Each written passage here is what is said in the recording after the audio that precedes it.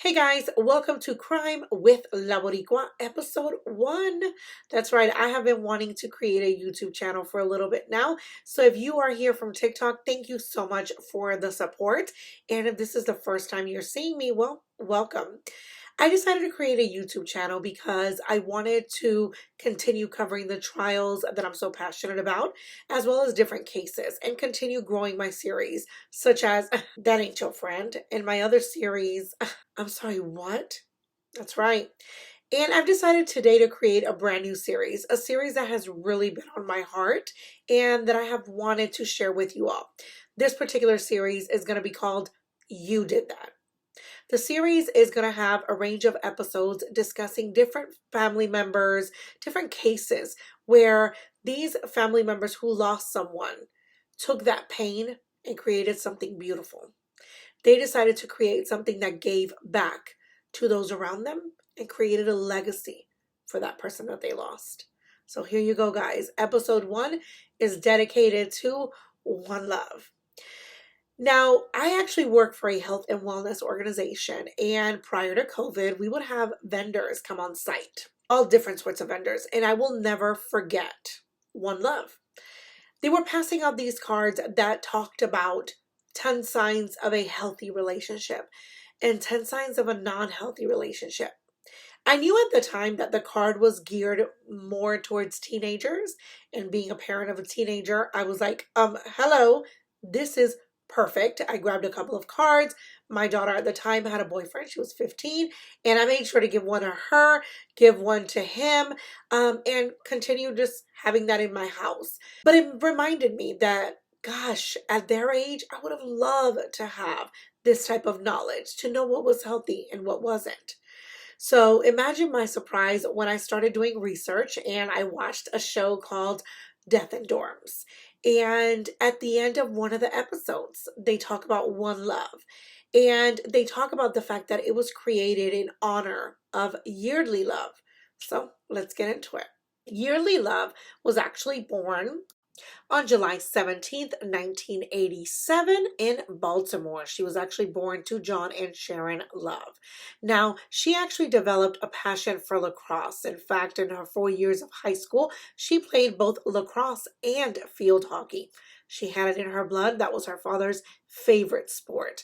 Her father unfortunately passed in 2003. However, in the last few months of his life, he made sure to never miss any of her lacrosse games. So he was able to be transported in a golf cart to the field to make sure he was there. Now, after he passed, Yeardley and her sister Lexi vowed to continue playing lacrosse and making him proud. He was a alumni of the University of Virginia, and Yeardley was passionate about joining the University of Virginia, making her father proud, and she did. She was actually offered a scholarship, and she was recruited. She went to University of Virginia. She met and fell in love with another athlete by the name of George Hughley. He was also a lacrosse player.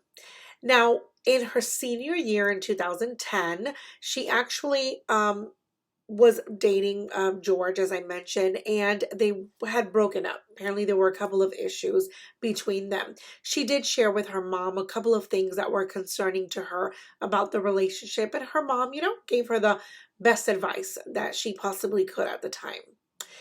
Now, there was a little bit of history with him. You see, there was a time where he thought that she was flirting with another player on the University of Virginia's lacrosse team. And so he went to that player's dorm and assaulted him. Nothing was ever said. Nothing was unfortunately ever reported. So unfortunately, he was not disciplined at the time. They continued to date and they actually ended up breaking up. She came home for a few days to kind of wait for things to fizzle down, and she just wanted to feel safe at home with her mom. Unfortunately, when she returned, she went to a party and he was there, and they were kind of just chit-chatting, talking, nothing extravagant, nothing abnormal. However, she left the party and he ended up going to her dorm. And according to reports, he unalived her. Now, what's interesting about this case is the fact that he doesn't remember anything. According to him, he was drunk and he blacked out. He thought that he went to go visit her. According to the reports to the police officers, he went to simply go visit her and to talk it out with her. He really cared about her, and she had actually confronted him a couple of weeks prior when she saw him with another girl. He said, look, I just wanted to talk to her. I called her, I texted her, she didn't answer, so I went to her dorm. And he said he doesn't remember anything about what transpired other than, hey, I left, everything was good. Unfortunately, that was not the case. He was convicted and he's serving jail time. The interesting part about all of this is that when this investigation begins, reports about domestic abuse come out. Things that her parents weren't aware of, close friends weren't aware of. We're now finding out that that relationship was nothing what they thought it was. You see, Love talked about lacrosse and about school with her friends, with her family. She didn't really mention to her mother much about her dating life. There were signs of trouble, but no one really picked up on them. And they never thought that Yeardley would be capable of unaliving her. There were signs, such as his out-of-control drinking, the aggressive behavior that actually accompanied it every time he drank. At the trial, even one of the players testified that 3 months before Love's death, he heard Love crying and found Yeardley's hand around her neck in a chokehold. Again, this is so important. If you see any of this, please report it.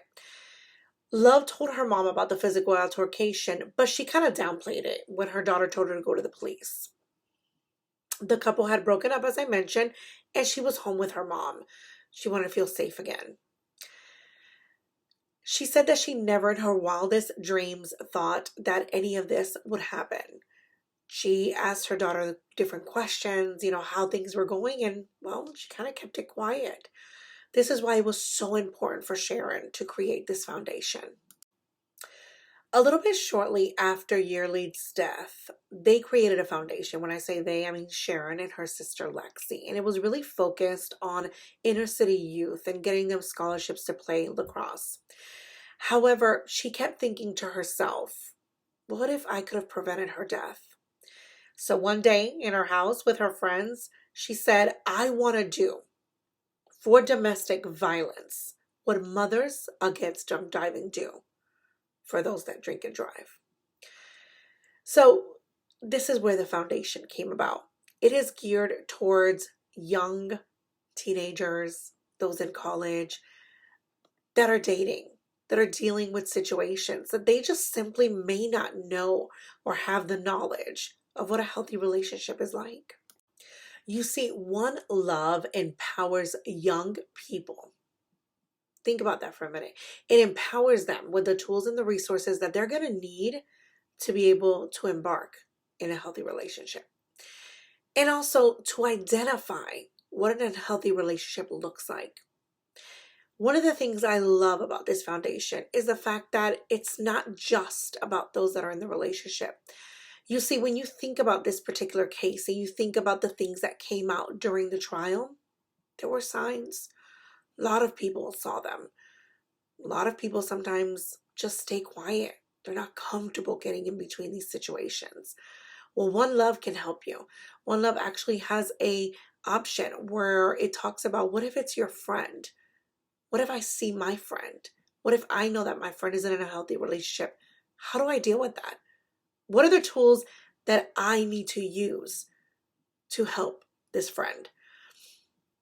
What is so amazing is that since One Love started, and I'm going to read these stats directly from their website, and I'm going to include the link, they have reached so far 2.2 million people. These 2.2 million people have attended or participated in a One Love workshop. 41,000 volunteers and educators have been trained to lead a One Love workshop. And so far, they have 760 student leaders across the country. That's amazing. It's amazing because Sharon could have stayed with this grief and could have just cried and asked herself, what could I have done differently every single day? She found the answer and she made sure to make an impact, to leave a legacy. Because now all of these, all of these volunteers and all of these students and all these young adults that have learned about One Love and have learned about what a healthy relationship looks like, she saved them. This foundation has impacted so many people. And I'm not a young one, but when I attended that event at my job and I was unable to attend the workshop, just the card that they gave me stayed with me. And at the time I was like 39, 40 years old. And I remember looking at it and saying, wow, like I would have wished to have this at a young age. And I made sure to pass it along. This is what I mean when I say you did this. You created a legacy for your daughter, for all of us to remember her, for all of us to think that her death was not in vain, because how many have you saved because of this foundation? So my message to you all is check out this foundation. I am going to include the link. Get involved. I think domestic violence, you just never know. It could be that cousin, it could be your best friend. You may not even know about it, or you may know about it and you just need the tools to help them. Get involved with this foundation. If you are a leader at an organization, talk to your organization about having them come in. Because that day that One Love was there, we had over 1,000 employees, 2,000 employees. We actually have over 9,000 on site prior to COVID. And it makes you wonder how many of these adults that are there are in a situation very similar to Yeardley. They go to work every day. They do their job, but you don't know what's going on at home. You don't know how this visit from One Love impacted them. So, guys, this is the conclusion of my first episode of You Did That. And to Shannon Love, thank you.